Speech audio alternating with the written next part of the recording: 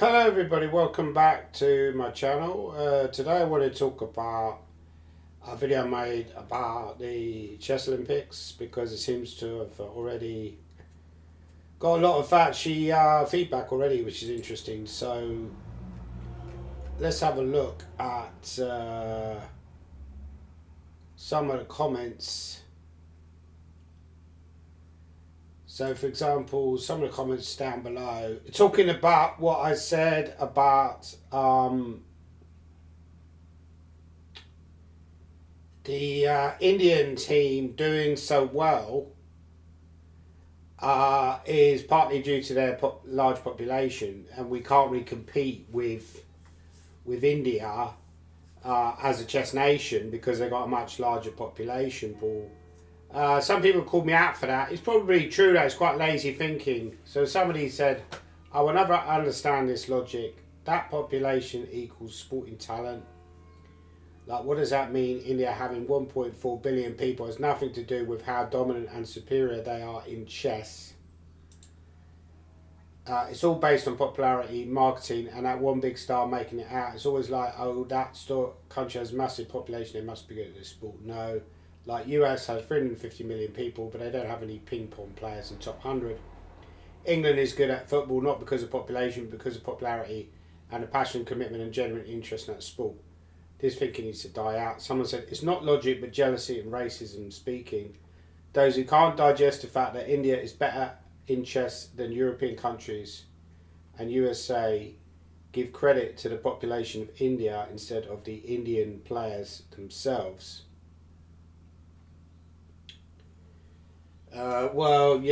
Responding to that comment, I would say it is an advantage to have a large population. I would stand by that. I think the same with China. You have that amount of people. There's a reason why USA always top of the medal pool in the main Olympics. We talk about the Olympics that come around every 4 years. There's a reason why China near the top. They got a huge population, so I disagree that it doesn't matter. But I agree with you in the sense that if you look at New Zealand, for example, New Zealand have quite a small population, yet they've been dominant in rugby. We in England have quite a small population, yet we've been dominant in, say, snooker and darts, because really we're the only country that plays snooker and darts.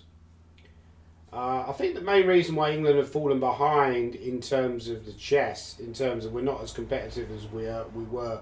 When you go back to 1997, I think we won the gold medal in the European Championships, which is quite a remarkable achievement. We had a team of people like Michael Adams and John Spielman and Nigel Shaw. However, these days we're not really competing for the medals. We find it difficult to win a medal. And I think the reason is not necessarily that we've got worse.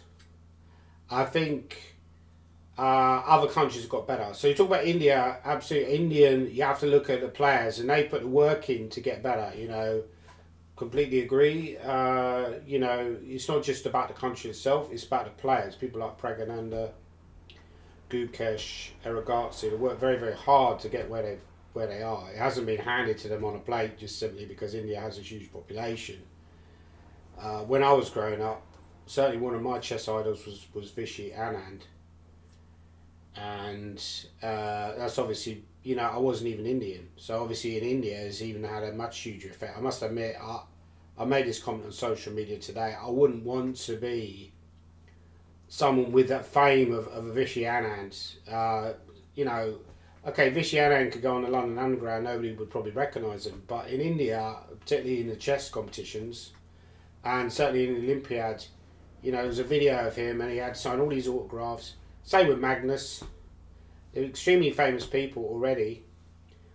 And for good reason, they're incredible players. But yeah, that's my faults. My fault is not that England have got worse, but we haven't got any better, and other countries have got stronger. We've seen Uzbekistan have got a lot stronger. We've seen, obviously, India have got a lot stronger. China, to a certain extent, over the last 20 years, have got a lot stronger. They weren't, going back to, say, the 1990s, they started to become strong. But you had people like, I think, Yi Jin Xiang, played against Kasparov in the Moscow Olympiad 1990, but they didn't have anything like the amount of good players they have now. There's just general chess strength in depth has just become so much stronger. There's a lot of players in the Olympiad I've never heard of who are 2650, and in Denmark have got 2650 players now. Some other comments. The England's team is a bit stale. It's the same faces every Olympiad and they always seem to struggle. This is from Plant Half. For the next Olympiad, I'd like to see a team of all younger players, 30 years old. For example, Shreyas Raw, Ravi Haria, Matthew Wadsworth, Harry Grieve and Jonah Willett. Now, I agree with you, they're all strong players. However, I don't think anyone would accept dropping people like David Howe, Michael Adams, Gawain Jones, Luke McShane, Vita Yugov for that team. Because I think they're a significantly weaker team. Now, I'm all for like promoting the youth and so on, but it just doesn't make any sense. I think sometimes you can overestimate potential. I think out of those players you mentioned, I think the one most likely, well, Ravi Haria has actually played for England before. Harry Grieve is an ex-British champion. Matthew Wadsworth and Willow are very good players. I've lost to them recent times. The only one who has played is Ravi Haria. Shreyas Raw is, he's projected to be, he's on course to be a 2600 player. He's reached GM quicker than any other England player ever has. So he's reached GM before David Howe. David Howe was not 2650 when he was, I believe David's been over 2700. But David was not 26, he's about 2670 now. David was not 2670 when he was 15. So Shreyas Raw has plenty of time on his side to get to that level. But I would not put a team together where you essentially got a team that's 200 points weaker than the current team, because I think people just would not accept it. So that's my answer to that. Going down even further, somebody mentioned about women players, because I mentioned the possibility of having a separate women's group for the separate women's board. But the more I thought about this, the more I thought actually it's probably not a good idea, because just to give an example, we're talking about athletics. There's now a mixed relay, which is kind of like an exhibition event before the main things go on. And I don't really think, somehow that just doesn't interest me. And I think there's kind of it would be the same thing in chess. I don't think it's a good idea at the moment to have a women's board in the Olympiad. I think it would change the vibe too much. Where would that leave the women's event itself? You'd have to then take some of the strongest players out of the women's team. Would that effectively? I think the only way you could do it is maybe go split. So you have to have 50% women players, 50% male players. You could have a separate Olympiad like that. But without having two separate competitions, you could have a separate competition like that. It's an interesting idea, actually. It's an interesting concept. So Planet Half, he does leave a lot of controversial comments. I agree. I don't agree with his comment though. The fact that WFM rated 1700 or 1800 able to play Title Tuesday just because they have that title is a little bit ridiculous. These women titles should be scrapped. Even Judith Polgar advocated that.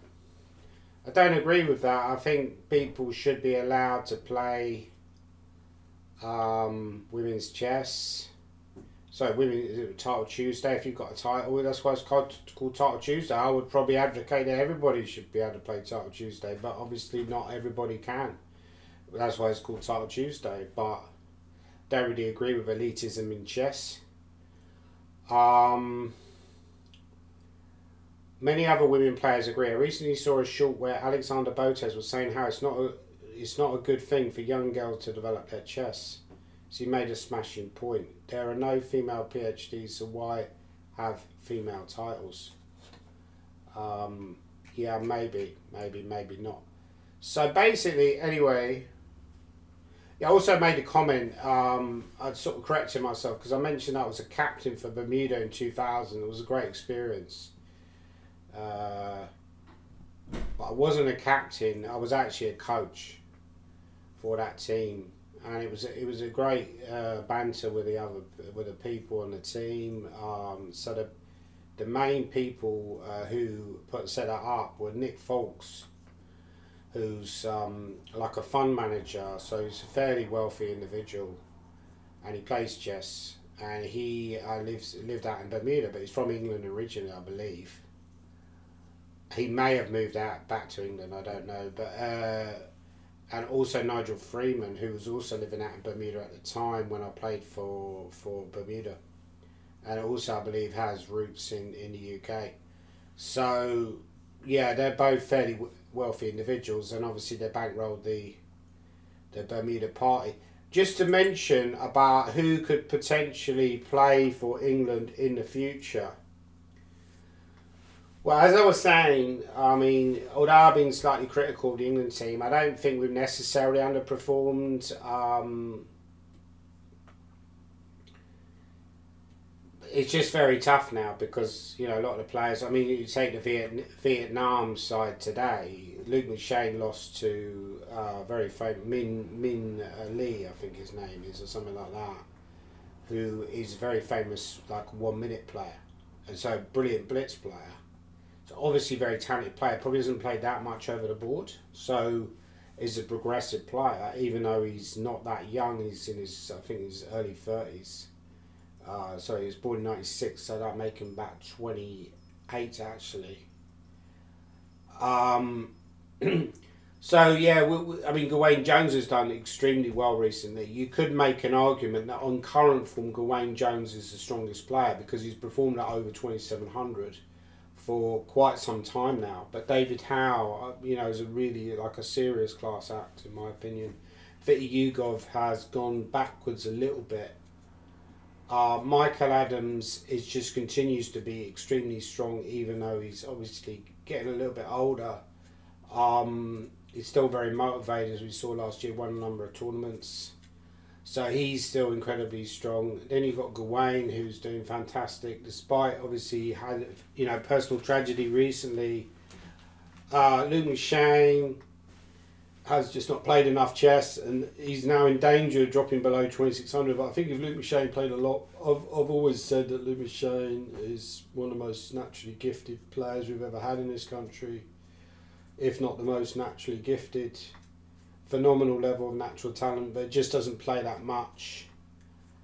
And has defeated some of the best players in the world in the past. He's beaten Magnus, he's beaten people like that. So he can obviously play a lot. He can play a very high level. He's doing a lot of coaching at the moment.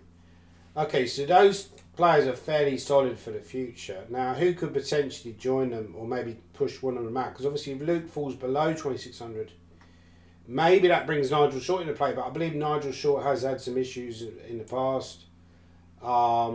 Maybe some fallouts with the teammates. I don't know. But I don't think he's really playing much chess recently, so I don't think he's going to go into the team. John Nunn is more or less retired, and I believe, with all due fairness to John, I mean, he was born 1955, so that makes him now, he's nearly 70. He's not 25-46 strength. If he played a lot in his opens, he would drop like a stone. I think he would do well to stay above 2,400 actually, to be honest, if he played a lot of opens. With all due respect to him, at that age, is the reason why he's 25-46 is he plays senior events and he keeps himself at a reasonable kind of rating by playing people the same sort of age. But if he's playing against underrated juniors, he's going to drop a lot. But he doesn't play that much. Nick Pert hasn't played much. I mean, the one player on that list who I would say possibly is unlucky to not get an England team is Daniel Fernandez. Because Daniel Fernandez is, just click on his profile here, very, very talented player. I've mentioned him before on my channel. Daniel Fernandez plays a lot. He's done incredibly well recently, wins a lot of games. He's got a very kind of dynamic style. Now, the reason I'd say he's unlucky not to get in the team is because they used to have 6 boards. Now, on current rating, you can't justify being above these players because they're much higher rated. You know, wouldn't necessarily say that he's playing much worse than, say, Luke McShane at the moment, but it's very hard to justify putting a 25-20 in ahead of a 26-11. But then you go down to Shreyas. Now, if Shreyas projects on this rating, he is going to end up over 2600. But when that will happen isn't exactly clear. He may never get over 2600. That's also a possibility. But if he continues his progress, I believe he will probably get over 2600 within the next, say, 3 or 4 years, maybe 4 or 5 years. So he could be 18, 19. You know, it's not easy to get over 2600. It looks like he's only 80 points. But, you know, if you have a bad couple of tournaments, you don't play that much, then suddenly, you know, maybe a whole year's gone and you've not really got close. You know, so it's not as easy as you think. But I would expect him over the next 3 or 4, maybe 4 or 5 years to get over 2600. That could potentially push one of these players out of the team. If Michael Adams decides, look, I've had enough of playing these team competitions, once he gets into his mid-50s, I mean, Vichy is pretty much retired from playing for India, but India obviously have a very strong team anyway. So you don't necessarily need Vichy in the team. Going further down, obviously Ravi Haria doesn't really play much now, so he's going to struggle. Amit's another good player. I think Ravi's going to struggle to get back in the team. Brandon seems to have more or less stopped. Go further down, you've got people like Marcus Harvey, who's been playing very good chess recently. Matthew Wadsworth, who's fairly active, but again, how much more improvement can he get? Can he get to sort of 2550, 2600, which potentially would get him in the team? Harry Grieve as well. Jonathan Mestel, I would kind of put him in the same boat as John Nunn. I think if Jonathan Mestel played a lot, his rating would drop a lot. With all due respect to Jonathan Mestel, he's quite a lot older now, and he only plays senior events. It makes a massive difference if you're avoiding underrated juniors. Yang Fan has just made a comeback. So Yang Fan is someone who could potentially get to 2500, but as far as getting in the England team is concerned, the only one I think out of those players that aren't currently in the team who could potentially get in the team, in my opinion, are Shreyas Royal and Daniel Fernandez. So you have to go a lot further down. Well, yeah, there's not... I'm looking for the juniors, but there's none of the juniors are quite crept on that list yet. They will do very soon. So I'm thinking of people like Bodhana. Stanley Berlusconi is another one. He was born in 2009, so he's not like 10 or 11, but he's fairly young, so he could potentially improve a lot. One of the younger players on that list, obviously you've got people like Jacob Connor-Boswell, Jacob Yoon is quite a young player, but a lot of improvement would have to be forthcoming. So probably you're looking at maybe further that Balaji is another one who could potentially get a mention. You're probably looking at people like Bodhana and Supratit Banerjee, Ethan Pang. There's a kid I coach called Tree as well, who's quite a very good young player as well. Potentially could be GM in the future. So that's my opinion about the England team. I don't think we've necessarily got worse.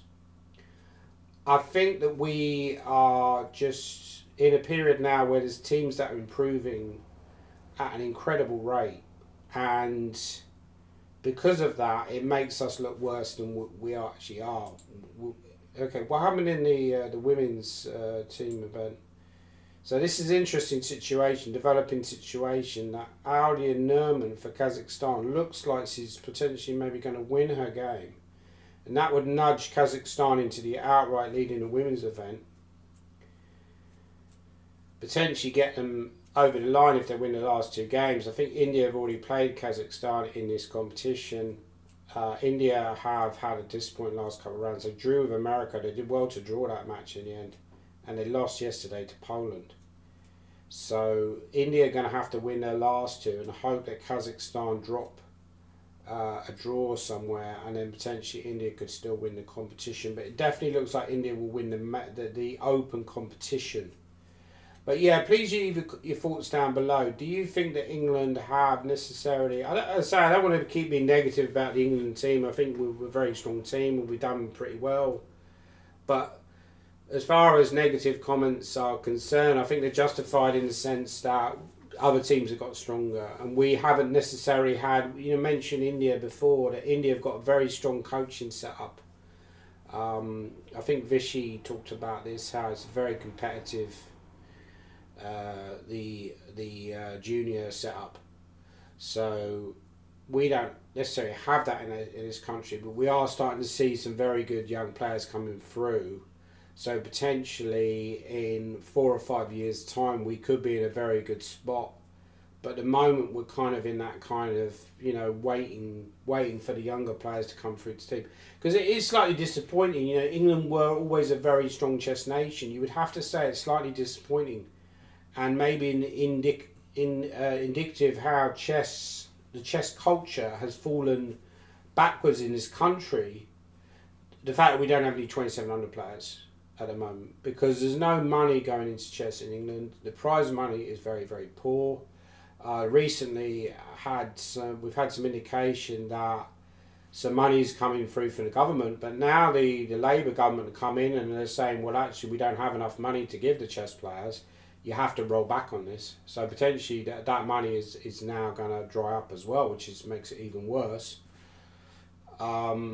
So this is a problem that we have, is that it's very difficult to choose chess as a profession if you're a promising young chess player in England, because the money is so bad. So therefore, that's why we haven't had any young players come through.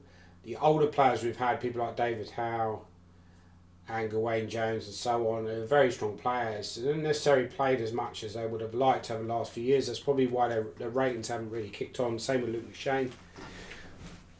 So yeah, I think that's essentially it. I think I've basically talked about this subject enough, but that's my thoughts on the subject. It's disappointing that we don't have any 2700 players. Most of those players in the team have been over 2700. In fact, all those players in the team have been over 2700 in the past, but we don't have any players who are over 2700. In my opinion, the next England player to be over 2700 could be someone like Shreyas, could be someone like Bodhana. Hopefully that will happen over the next 5 or 6 years, but we'll have to watch this space.